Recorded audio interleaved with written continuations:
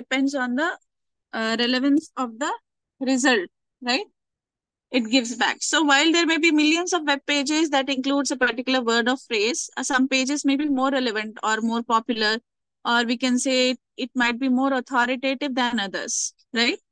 So most search engines, they employ methods to rank the results to provide the best results for it, right? The best pages would be displayed first according to the popularity. So how a search engine decides which pages are the best matches and what order the results should be shown in, it varies widely from one engine to another, right? If you search in Google Chrome, the search result might appear differently. And the same thing, if you search in Explorer, you'll find the results displayed in different order. So here the methods also change over time as internet usage changes and new techniques evolves, right? So there are two main types of search engine that have evolved right now. So one, as you all know, it is a system of predefined and hierarchically ordered keywords. I told you, right? Algorithmic based. These all have been, maintained by humans. Humans have programmed this extensively.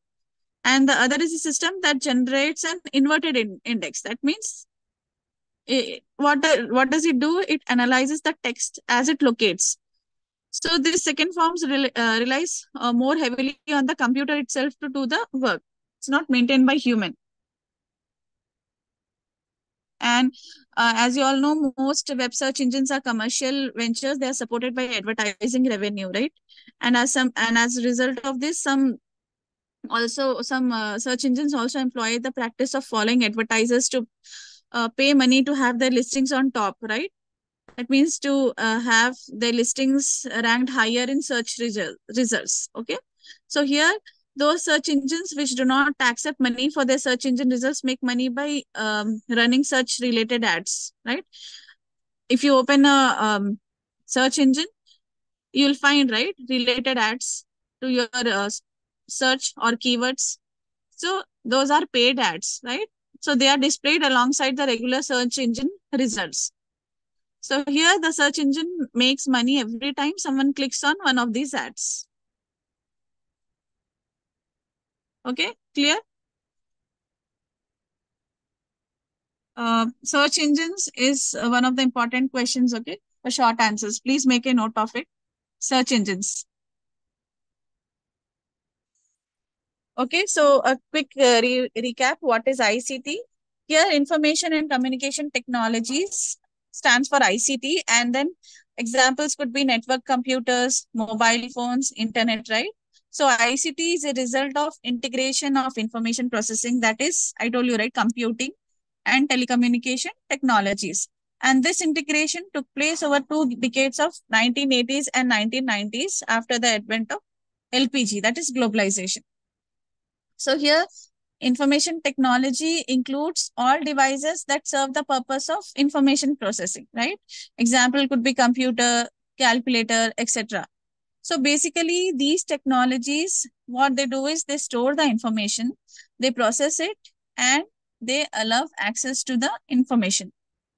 So here, before computer, how was the information stored? Before the advent of computers? How do we use to store information? Information was stored in books, registers, right? And processing was done by human brains before the advent of computers. Then here, if we talk about communication technologies, now communication technology includes a mobile phone, right?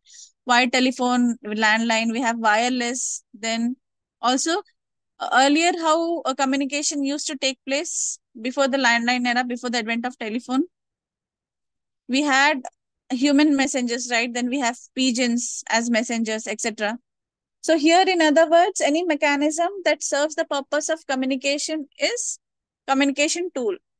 So telecom for a long time was based on analog, right? Electrical system. That means example could be telegraph or landline phone were examples for analog system.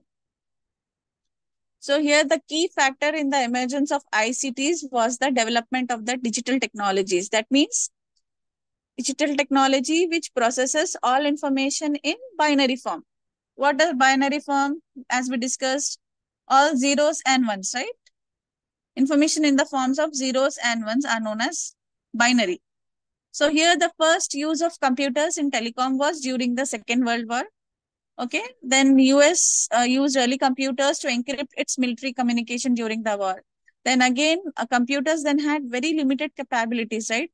And it used to consume a lot of power, and the size also was very bulky as compared to now. We have laptops, right? Notepad, but earlier it was not the case. So after the war, new research led to fabrication of semiconductor-based transistors. That means these transistors, they replace the bulky or the more power-consuming components of the computer. So in the mid-1960s, a microelectronic revolution took place. That means it resulted in smaller and more powerful computers. Okay. Then with the availability of software and middleware and the hardware that spread into almost every sphere of activity, then things changed and ICTs emerged, especially internet also emerged as a platform and a channel for media content, right? Many newspaper websites till recently were only a new platform for the print content.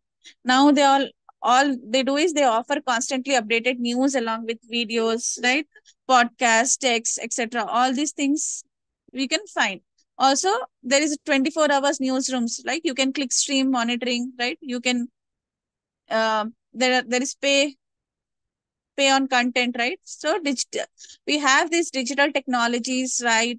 Printers, cameras, then personal computers, then we had CDs, DVDs. They all have opened up possibilities for private creation of media content. Okay, that means they are expanding the range of the media. Here, this trend depends on the availability of the bandwidth. Okay, I told you what is bandwidth, right? So this bandwidth has been constantly increasing and the cost to the users have been constantly falling, decreasing. Okay. And clear?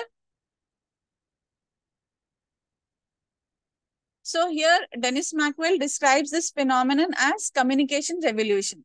That means he says that it has shifted, this communication revolution has shifted the balance of power from the media to the audiences. That means earlier media was considered to be a very powerful, right? Very powerful weapon, and audiences were considered to be passive. Now the balance of power has changed. Now audience has more power than the media with the advent of internet and as a result of communication revolution. So this is in terms of more options to choose from and more active users of the media, right? The web media, internet media. So another consequence is the convergence, right? I mean, the same digitized content can be adapted for different platforms like print. Then we have broadcast online. Okay. So here for users too, content from many media platform can be accessed through the ICT, that means through the internet. So this coming together of different modes of communication is called convergence. Coming together of different forms of media. What are the different forms of media? Text, that is print. Audio is radio. Audio video medium is television. We have sound, videos, graphics, animation. All these different forms of media in a single platform is called as convergence. So here it has linked traditionally, separate industries leading to cross-media production. Okay. So convergence of media technology is a consequence of digitalization or computerization. And another consequence of convergence is the question of regulation here. See, for a long time, India did not allow foreign newspapers to have or to launch their print editions in India. But now any paper can be read online, right?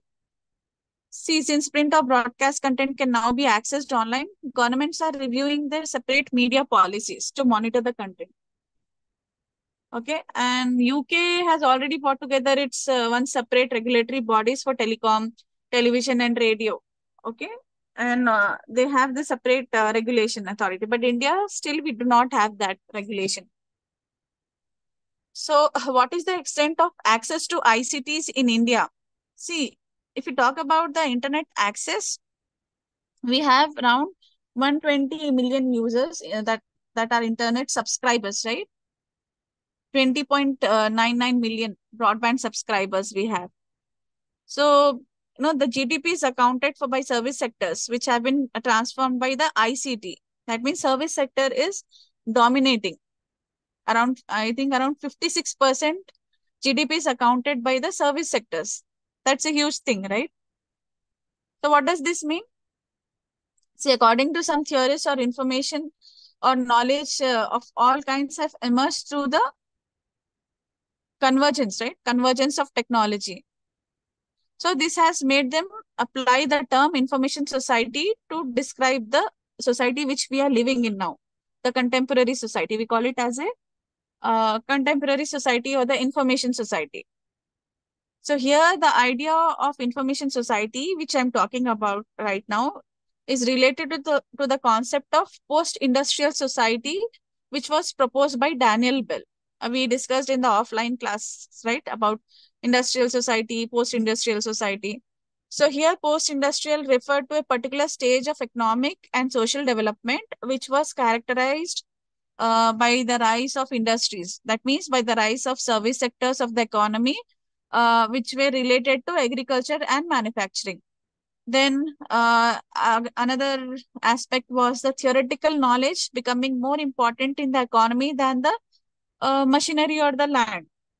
So here, see, service sectors has been transformed by the growth of ICTs to such an extent that the impact of information has spilled out, all the businesses to transform society as a whole. Means if all the businesses, all the sectors have applied ICTs. They are online. They have their presence online. So it's not just reliance or on information. That means it's the magnitude. It means the extent. Magnitude is the extent of its use and its, ability to the process of, the use of everyday life that characterize this contemporary society. That means we use internet, right? We have a presence online in every day of our life, right? So this concept of contemporary society has been doubled by the information society. We live in information society, right? Because we have access to information, free access to information. So some media scholars, they say that information society would have, that means if you're living in information society, so the population would be informed, right? People will be informed population. And if they are well informed, if the society, if the people living in the society are well informed, then that means they are capable of self-expression. That means they can take their own decisions, right? They can participate in, political and cultural participation would be there through new technologies, right? So what do you think? What's your view on this? Do ICTs necessarily lead to an informed society or informed population? What are your views?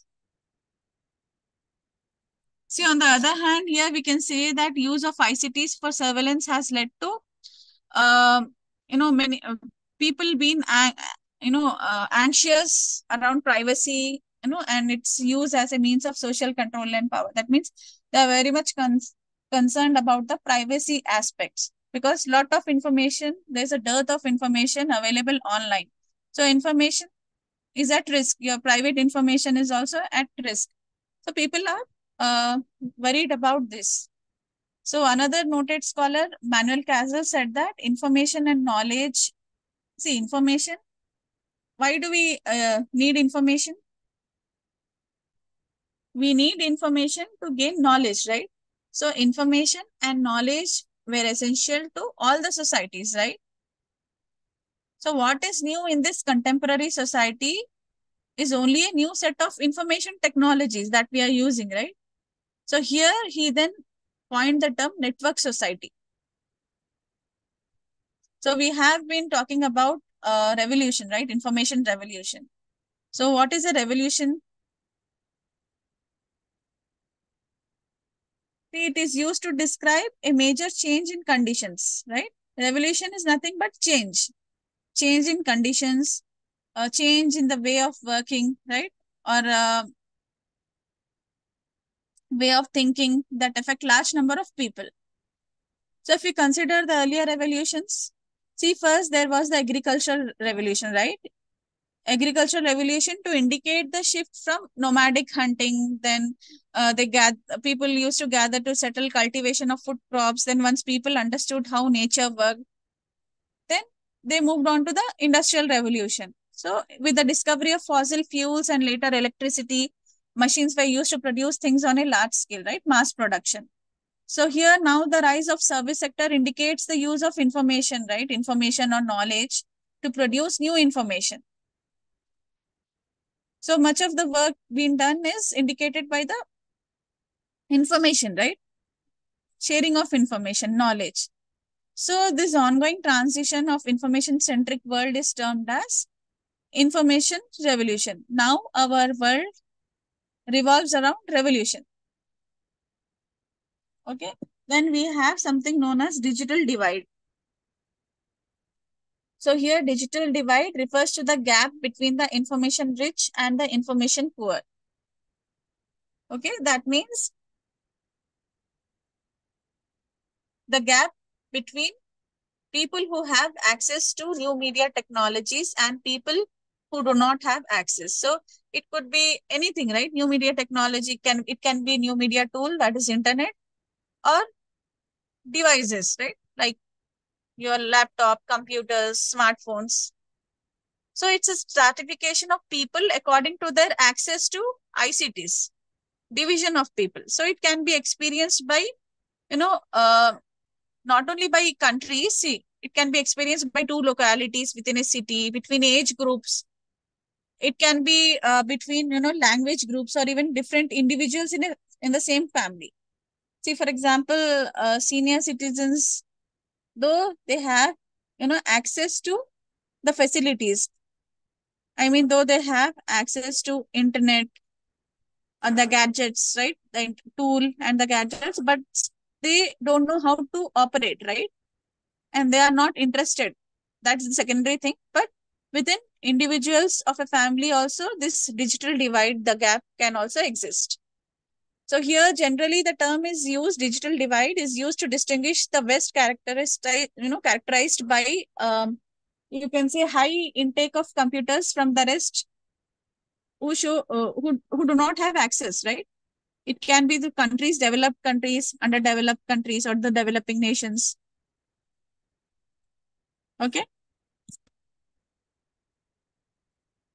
It's clear what is digital divide? So how can we curb this digital divide?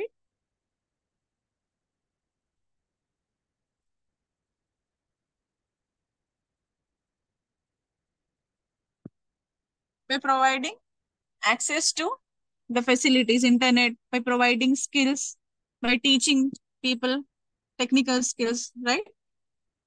So this is the way we can bridge the gap between the haves and the have nots, okay? So we use blogs, right? On daily basis, we use blogs. We have access to blogs through internet. So what is a blog? What is the meaning of blog? See, blog is a type of website or it's a part of a website because blogs are usually maintained by an individual.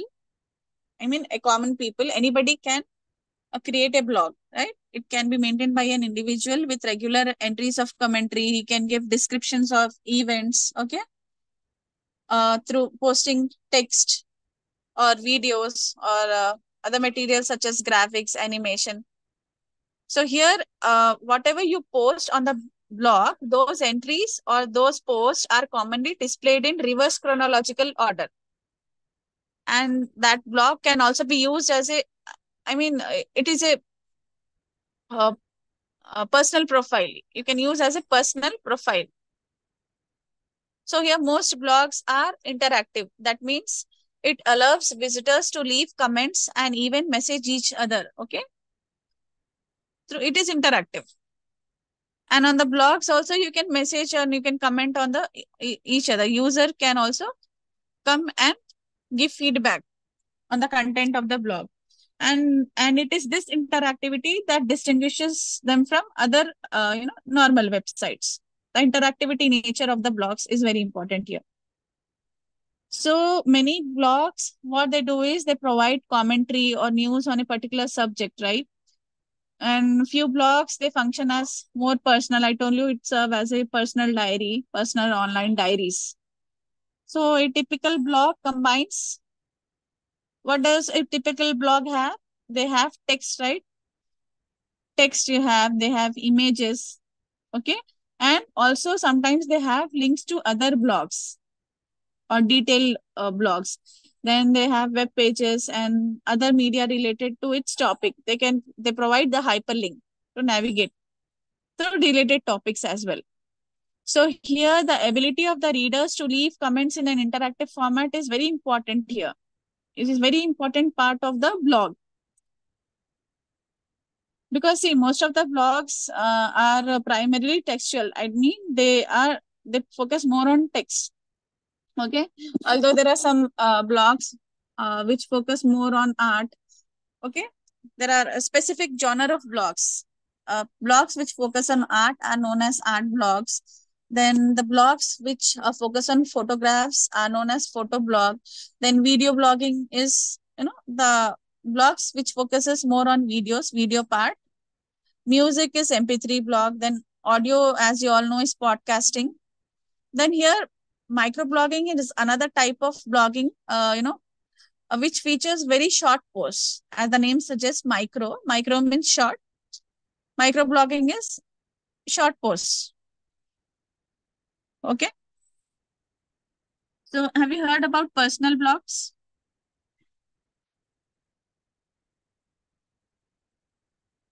See, personal blog is an ongoing diary or commentary by an individual. Okay. It is the traditional, most common type of blog. So mostly these personal bloggers, they usually take pride in their blog posts. That means even if their blog is never read, they maintain their blogs. They take pride by introducing themselves. Okay. Because it's like a diary for them. So blogs, they often become more than a way just to communicate, right? What they do is they become a way to reflect on the life, on the, as day-to-day happenings in their life is posted on the blogs, then or works of art, okay? Then whatever achievements they have, they will be, posting in the blogs. And blogging can have, sentimental quality as well, because people are mostly attached to their blogs because they post each and everything, their day-to-day activities on their blogs. So few personal blogs rise to fame and the mainstream, but they rise to fame in such a way that people constantly follow them, day-to-day activities. So one type of personal blog referred to, as I told you, microblog is extremely, very popular because people just go through with short posts, whatever activity, what they share their feelings, okay, whatever achievements they have achieved, they'll be sharing through small posts, okay. Example here can be of Twitter, right? Twitter is a microblog because they allow bloggers to share thoughts and feelings instantaneously, right, with friends and family, and it is much more faster than emailing or writing.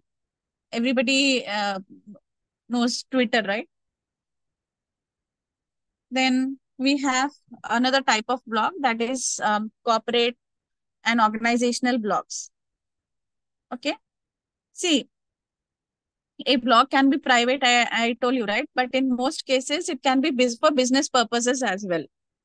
So blogs used internally in a company to enhance the communication and culture in an organization or in a corporation.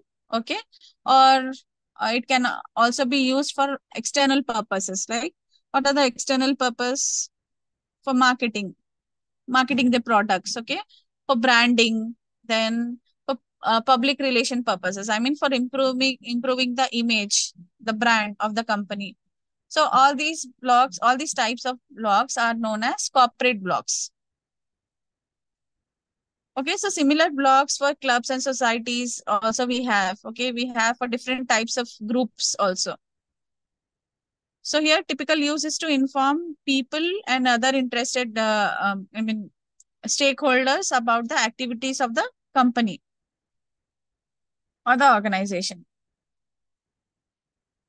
See, blogs can also differ by genre. That means some blogs focus on a particular subject, right? As I told you, we have different types of genres. We have political blogs. Then people who are interested in traveling, they have their separate fan base, right? Known as travel logs. These are also travel blogs, okay? Then fashion blogs, people interested in fashion and lifestyle, okay? Then we also have niche blogs, classical music, then education, legal, legal activities. We have legal blogs. Okay. Then there are two genres that are very famous. What are the two genres which are very famous among youngsters? These days are art and culture, music blogs. Then we have fashion blogs. Okay. The blog is used by media organizations as well. Okay. Media organizations in the sense mainstream media channels, they also have maintain their individual blogs. Okay. Mm. The employees working in those organizations have their separate blogs. Okay. Then a blog comprising videos. I told you, no, videos is known as a blog, and one comprising links. That means a blog which have only links is known as link log. And then a blog containing a portfolio or sketches, okay, of a or personal profile of an individual is known as a sketch blog, okay. And a blog containing only pictures or photos is known as a photo blog. Okay, understood? So blogs can also be defined by which type of device is used to compose a blog. That means the device which you are using to create the blog, I mean, what are the devices? Whether you're creating a blog by using your laptop or your mobile phone. So it differs. See, a blog created by a mobile device like a mobile phone or, is known as moblog.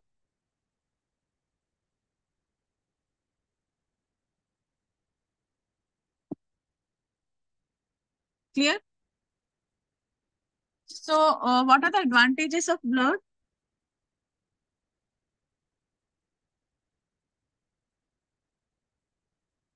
See, blogs are very easy to create and maintain. That means to set up a blog, it can take as little as 10 minutes or so, and it can involve just 3 steps. That means you can choose your blogging software, then you can register your account, and then you can start blogging. So after creating your blog, all you are required to do is to provide as many as fresh contents as you can on a regular basis so that your blog can be up to date and remain active. Okay. Then another advantage is that blogs are search engine friendly. That means, see, your posts and pages are automatically linked by blogs, and that enables search engines, to find and to index the blog with relevant keywords in your blog, right? And the URL pages, you could have, your pages rank higher in the search engines. That also is a plus point here. Then blogs attract more traffic for its fresh contents. That means readers are attracted to blogs because of its fresh and regular contents. And, if as a blogger you're passionate about what you write about and you're committed to providing fresh and regular content on daily basis, then there are thousands and number of readers who are passionate about that topic. They will come on a regular basis, they will visit your blog, and if you keep updating it regularly with new contents, you will keep them constantly coming, right? The traffic would be, you will be able to attract that visitors traffic. Okay. Then blogs, they also allow you to interact with your consumer base. That means blogs allow you to interact with your customers and to get their feedback as well, right? As I told you, corporate blogs, in case of corporate blogs. See, since blog offers you the option of enabling a comment field, right, to your post, where readers can give you their feedback, constant feedback. So that will help, right? Help you as a company. Then blogs have also something known as built-in RSS feed. I told you in the offline classes about RSS feed, right? RSS means really simple syndication, right? That means this will syndicate recent posts and it will deliver all these posts to various blog search engines, right? And when your readers subscribe to your RSS feed, it will automatically deliver your recent post to their inbox, right? Through the mail.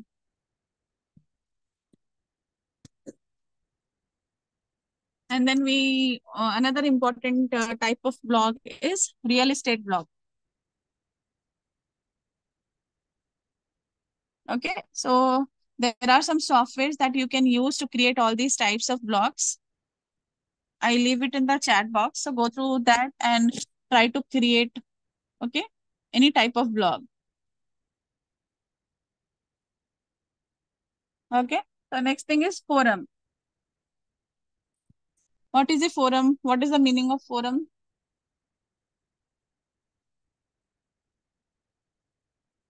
In technical terms, you have been hearing about forum, right?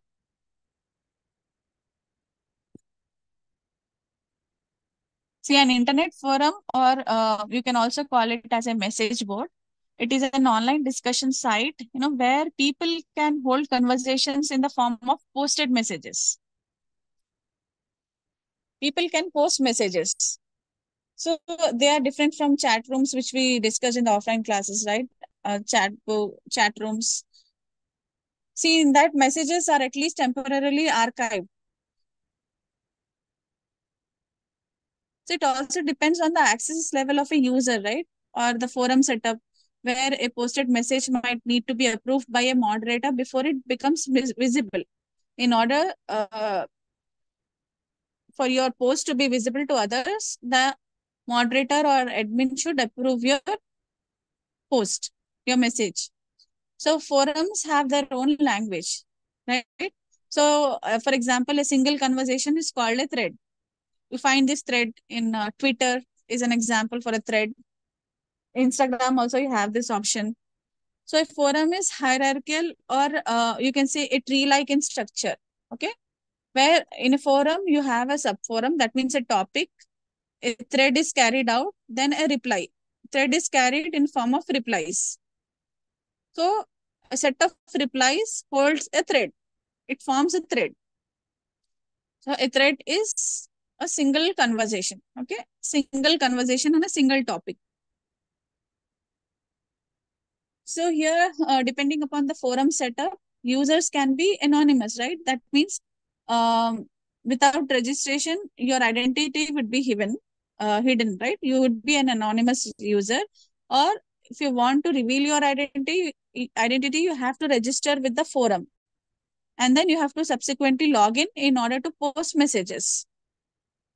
So usually if you want to read the existing messages, you do not have to log in, right? You can just read. But if you want to post any message, you have to definitely log in, register yourself and log in.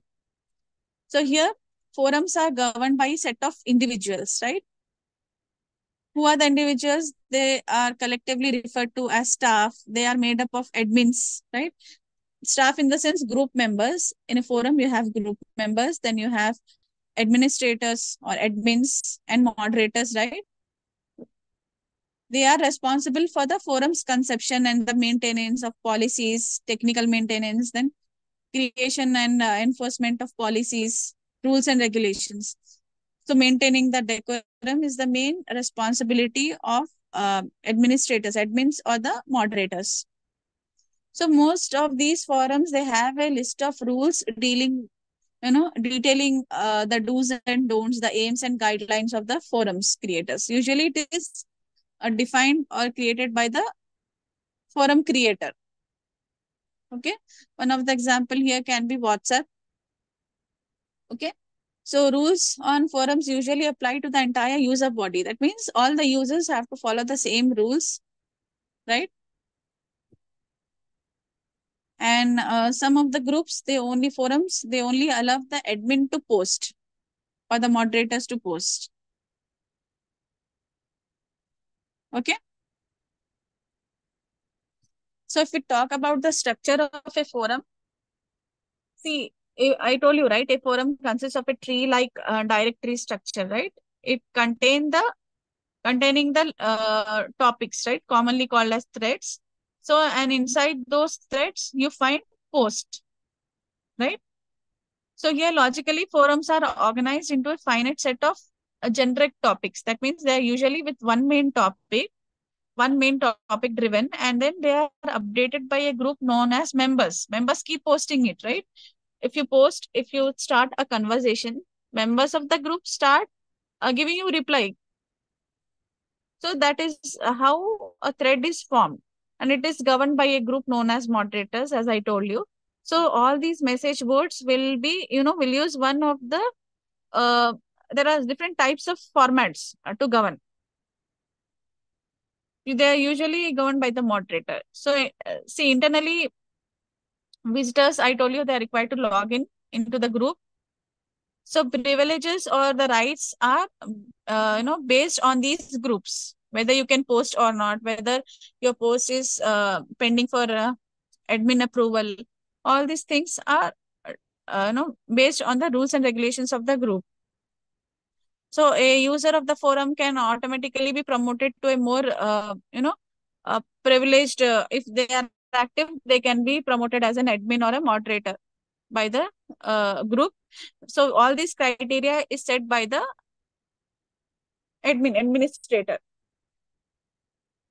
Then if we talk about the moderators of the forums are granted access to the post and threads of all the members, right? Why they have access to the post and threads of all the members? For the purpose of moderating the discussion, right? And also keeping the forum clean, right? Because they have access to all the posts and threads in the area of responsibility. So it is, common for all the moderators to have access to all the posts, and in case if they want to delete, they can delete any post. They have that right, just to maintain the decorum of the platform for the forum. So if we talk about the administrators, admin in the short form, see, what they do is they manage the technical details which are required for running the site. Okay, that means they may promote members to moderators, they manage the rules, they can create sections and subsections. Okay, they can also perform any operations like backup data or disappearing messages. I have all these options in WhatsApp also. So admins often act as moderators here. Admin and moderators are one and the same. So admins may also make forum-wide announcements, or they can change the appearance of a forum, right? They can also change the rules and regulations. So we have been talking about thread, post, right? So what do you understand by post? Post. What is a post?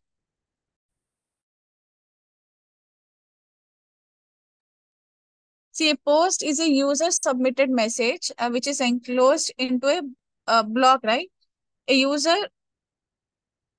when a user posts something, if he writes something and post into the forum, so along with the user's details, the date and the time is submitted, right? So here members are usually allowed to edit or delete their own post. So posts are contained in threads, I told you. So which they appear as boxes one after the other, depending upon the post and the replies. So the first post starts the thread. The first post, the user who creates the first topic post, he is the initiator of the thread. So this may be called as thread starter. Okay. Or OP. OP means original post. So then the posts that follow in the thread are meant to continue the discussion about that post or the response or the reply to other replies. Okay. So it is the continuation of the thread starter or the original post, and the discussion is carried out. Okay. So a thread, I told you, right? The topic is a collection of posts. A thread is a collection of posts which is usually displayed from the oldest to the latest. Okay. So we can, this is configurable. That means you can change the settings from latest to oldest also, but usually the format is from the oldest to latest. Okay. And options for newest to oldest and for a thread view also. That means what do you mean by thread view? That means you can apply this setting logically through to the reply structure in chronological order, and it can be available for you to read. So here a thread is defined by you have a title there. Okay, if you open a thread, there will be a title. Title is the topic. Then there will be an additional description that may summarize the intended discussion. That what is the comment section, intended discussion. Then there is an opening or original post. As I told you, the original post which is started by the original poster, original user, original topic user. So which when you open that, whatever dialogue or whatever announcement the poster wish, you can continue the discussion. So a thread can contain any number of posts. There is no limit, including multiple posts from the same members, right? The same user can post multiple replies. Even if they are one after the other also, no problem. You can post multiple replies. Okay. So what are the advantages of these kind of forum?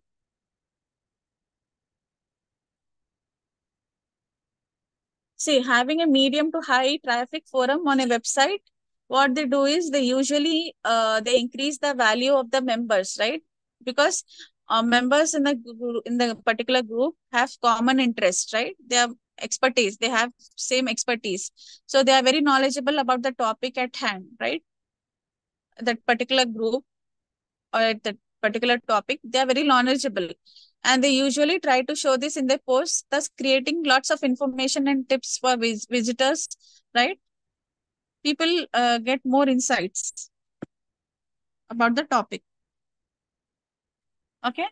Then with lots of information and discussion being exchanged in the forums, here visitors will return again and again to see replies to their post, right? So once a user has replied, then they wish to come back and check whether people have responded back, right? They would like to read other posts, right? Others post, and then basically to see if anything has changed in the discussion. So this would create a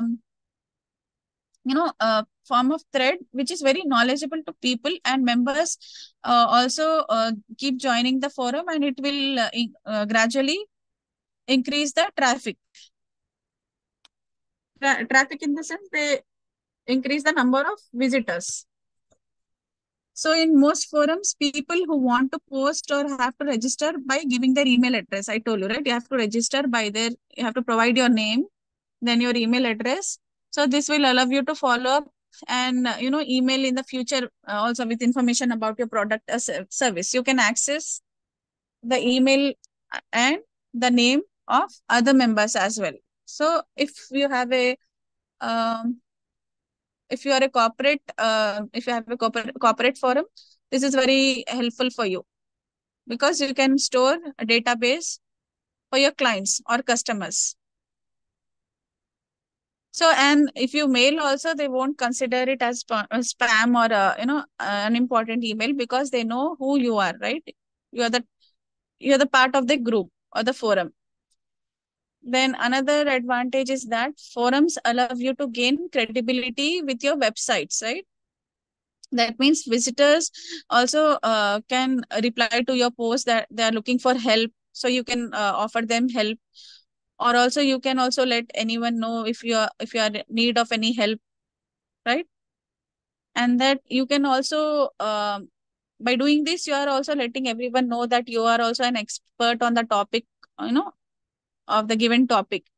So people are more likely to get engaged and have a healthy discussion. So here building relationship with your visitors or with other members is easy with the forums. Because if you post regularly and actively discuss different topics with other members in your forum, then gradually you'll get to know, you know, them more and more, and you'll get to know about their achievements, right? And also they'll also get a chance to get to know you. So people here are much more likely to maintain a healthy relationship with same common interest. So what we have been discussing about a blog and a forum. So what are the difference between a blog and a forum? See, simple way. When you can say that a blog is yours, personal blog, but a forum is not yours. That means, see, blogs are like a keynote speech where here the speaker, that means the blogger is in control of the discussion. He can edit, right? He has all the freedom to take charge of the discussion. Okay. He can also allow questions and comments from the audience in his own blog. So blogs are journals which are often authored by one individual. That means the author is only one. He can only have access to the blog. It is his own individual blog, right?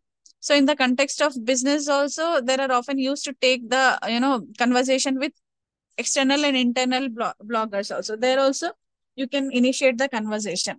But here forums, unlike uh, forums, everyone is equal, right? In forums, apart from the moderators and admins, all the members are considered equal. They are at equal level. Okay. That means they can discuss with others.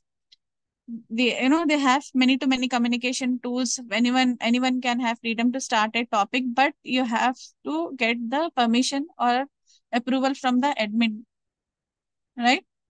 To initiate the conversation. But here members are equal level to respond. So forums are created for a discussion between several people, while blogs are mainly designed for single user input. I told you, well, there is only one person who is the author or the initiator of the conversation in the blog, and possibility of other people to reply. But in forum, anybody can be a conversation creator, but with the permission or approval of the admin or the moderator. Okay. So we can say that blogs are more like a simple homepage, right? Where many or other people can contribute with comments, but personal rules, right? Blog owner have its own rules and regulation, and blog owner can delete any comment if he or she doesn't like it, right? While in these forums, there could be thousands of people posting topics, messages, and also adding comments, but uh, members won't have any right to delete. Okay, clear?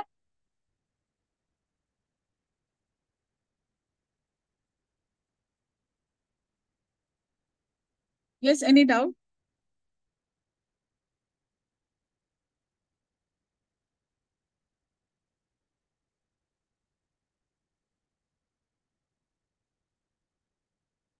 We have been discussing about ICTs, right? So, can anybody define what is mass media audiences? What are mass media audiences in terms of ICT?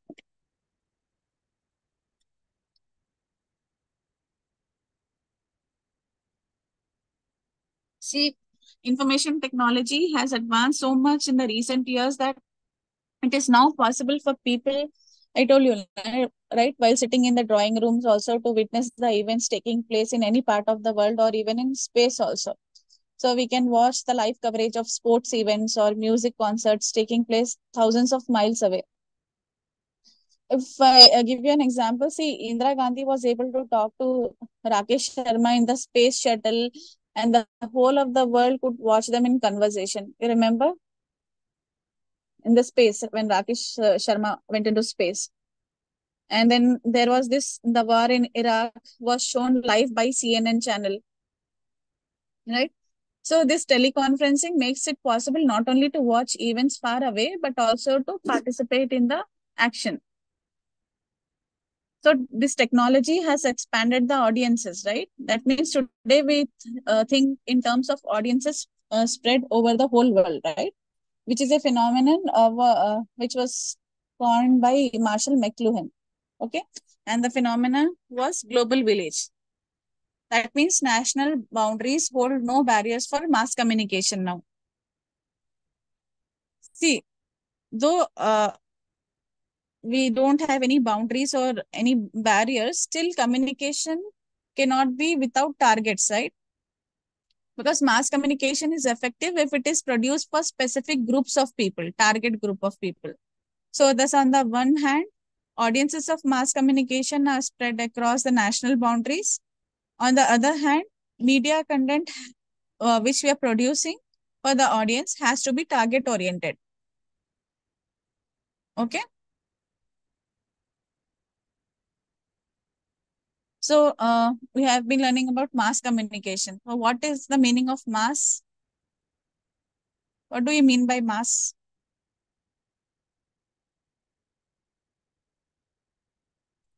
In different fields, in different aspects, mass is known as in different, it's understood in different ways, right? See, if we talk about physics, mass would refer to the quality of matter or material, right, in an object. It may also mean quantity of matter, right? Or, but sometimes mass is used to refer to common people. So here mass means, in communication terms, mass means large number of audiences. Okay, so in general usage, the word mass refers to people in large number, right? If we say masses are ignorant, what do you mean? We mean that a very large portion of the population is ignorant, right? Mass. Similarly, when we say mass destruction, it means destruction on a very large scale. Mass awareness programs means refers to a program that aims to create awareness amongst very large number of people. Okay. In fact, the most important feature of mass that it is it's very large size in terms of the number of individuals. Okay. So it will be appropriate if we say that mass refers to infinite number of individuals. Here the size of mass is very large and it is unknown. Then secondly, masses are geographically distributed. That means very large number of people may be attending a public meeting, but they are physically present at one place and they are called as public, right? Here the individuals of mass may be present anywhere and everywhere. So when we say masses in developing countries are poor, that means we refer to the people living in what are the developing countries? Africa, Asia, Latin America, and perhaps some parts of the world, right? So since the masses are very large in size and in physical terms, the people are distributed all over, right? They are anonymous to each other. You don't know who they are. So the individuals in a mass society are they are not known to each other. They are not even conscious of the presence of one another, right? That they don't know that such a type of individual or that type of person also exists. So there may be a vague feeling of others, but it is not well defined who are the people. So since the people are anonymous to one another, the masses, we can say that the masses are unorganized, that we are not aware of their presence, right? So unlike the people in a public meeting, the masses do not have any common goal to achieve. If you attend a seminar or a webinar, you have a common goal to achieve. You can meet like-minded people, but in mass, if you are referring to mass population, we don't know. They don't have any common goal, right? There is no organization and therefore no leadership or hierarchy is there in mass. So that means the masses are not capable of behaving as a single unit or one unit, right? So we can say that, mass refers to infinitely large number of people who are physically located at different places and they are not organized at all as a group, right? They are not organized. In fact, you can say that your masses, organized masses actually do not exist. Okay. So if we talk about the emergence of the theory of mass society, see, I told you society is very large, right? Society is a large and complex system. And with modernization, also with the advent of globalization, the complexity of the society have further increased. They are very complicated. Earlier, the traditional society has a well-defined social system, right, in which individuals were closely tied to each other, mainly through kinship ties. But industrialization and urbanization has led to the formation of society where interdependence of members in economic terms has increases to a large extent. And these kinship ties, which we talked about earlier, they have gradually begun to fade away, right? They don't exist now. So here now, in this mass society, in this industrial or the urbanized society, individuals are more self-centered. They think about themselves. So here the social, economic, and political groups also, they have become very large, and the so-called individual, they have become socially and psychologically isolated. That means the modernizing societies experience an increase in individuality instead of the kinship ties. Because here the individuals develop a strong alienation with the community as a whole. That means they spend most of the time on the internet. They have alienated. I mean, there is a feeling of loneliness. So there is an increased growth of, a feeling of loneliness.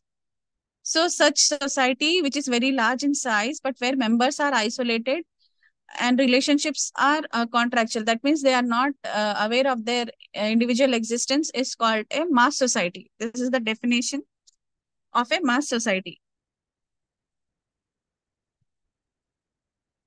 So, see, this concept of mass society is should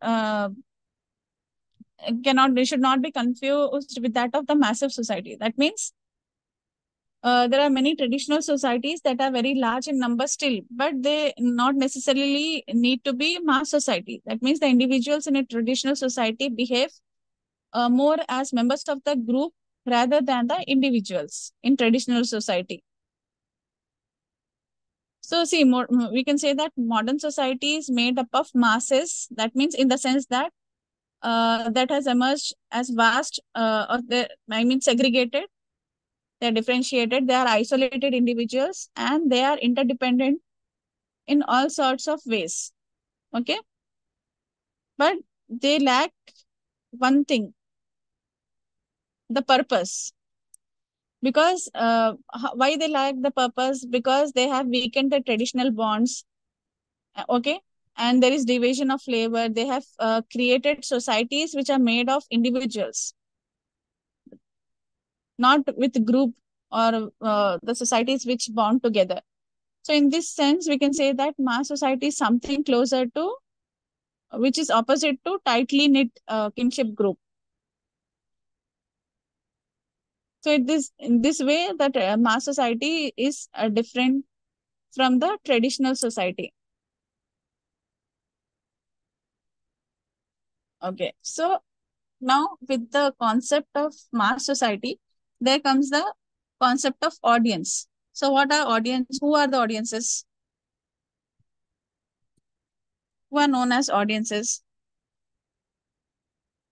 See, the commonly used meaning of the term media audiences means persons, the group of persons forming the who consume the media, like readers who read newspapers, listeners who listen to radio, viewers of different media, right, like television, social media, viewers who are consuming different content of different media, right? So in other words, we can say that audience is a group of individuals with a common pattern of media consumption, right? So such individuals share common access or exposure to the same mass communication products. Okay. So there are different ways that we look at media audiences. Okay. So we look at media audiences through media reach. I mean, what is the reach of the particular media? What is the reach of radio? What is the reach of internet? Okay, then media access. How many people are able to access the media? Whether they are able to access the internet or not, any type of media. Okay, whether people in rural areas are able to access internet or television. Media exposure. Media access is different, media reach is different, and media exposure. That means people, I told you, right, senior citizens, though they have access to media, but they are not exposed to the media. They don't use that media. So media exposure, and after getting exposed to the media, the effect it has on the audiences, that is the media effects. Okay. So these are the different ways we look at media audiences based on their reach, access, exposure, and effects.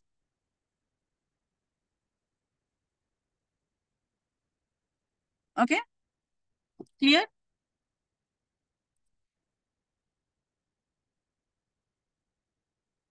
Let me know if you have any doubts.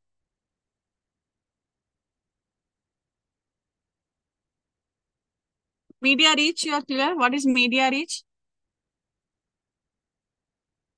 See, media reach here in the is see the owners or the producers of the mass media. What they do is they conceive the total population whom their communications can reach. Okay.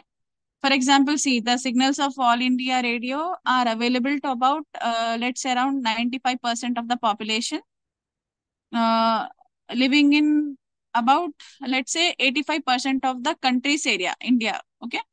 So here the total population in India may be treated as audience for All India Radio. Okay. Similarly, we can say that Doordarshan can claim more than 80% of the population as its audiences because here its signals can reach that many people, right? For a newspaper also, audience would be defined in terms of all individuals who are within that distribution range of the newspaper, specific, specified geographical area, right? See, for example, for a cable television system, the audience reach will include all residents within that wired area. I mean, within that particular geographical area, the reach. Okay. So similarly, if you talk about the media access, mass media may be available, but the capacity or willingness to use the media may not be there, right? A large section of the people does not have for example, radio receivers or television sets. So thus only those who own the radio sets may be treated as the audiences of the All India Radio, right? But access may not overlap the ownership. That means, in fact, there are many people who watch television programs at the houses of neighbors or friends or in community centers if they don't have access, right? So groups watching a particular popular program, television program at a television, I mean, at a neighbor's house, that is also counted, media access. See, many families, they do not buy newspapers, but the members may read newspapers at various places, right? For example, library, neighbors or friends' houses, or, uh, coffee shop. So those who have direct access by virtue of ownership, along with those who are non-owners, get exposed to media in other ways. They also constitute the accessible audience. Okay. Then if you talk about exposure part, everyone who has access to radio television does not necessarily use them. I told you, right? In a family, for example, if you subscribe for reviews to that particular media, are the media audiences. Because again, no one is exposed to the total content of any medium, right? For example, nobody would like to read all the contents in the newspaper. For example, the youngsters are they are interested in entertainment section. They read that and they skip others, right? Politics, business. So similarly, no one listens to all the programs broadcast by All India Radio. And similarly, it is impossible to watch all the programs of Doordarshan as well, right? So many people do not even glance at the business or political page of the newspapers as well. So there are many young people, especially students, who read only the sports page, entertainment page. So audiences can also be seen as program specific, or you can say content specific. That means it is the population who are actually exposed to specific media content. Okay, clear?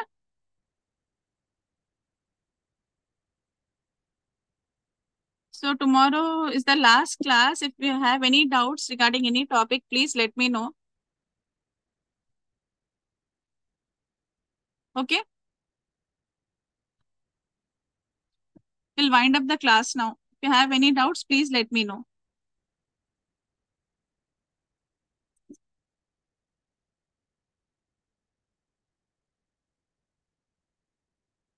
Yes, Monica,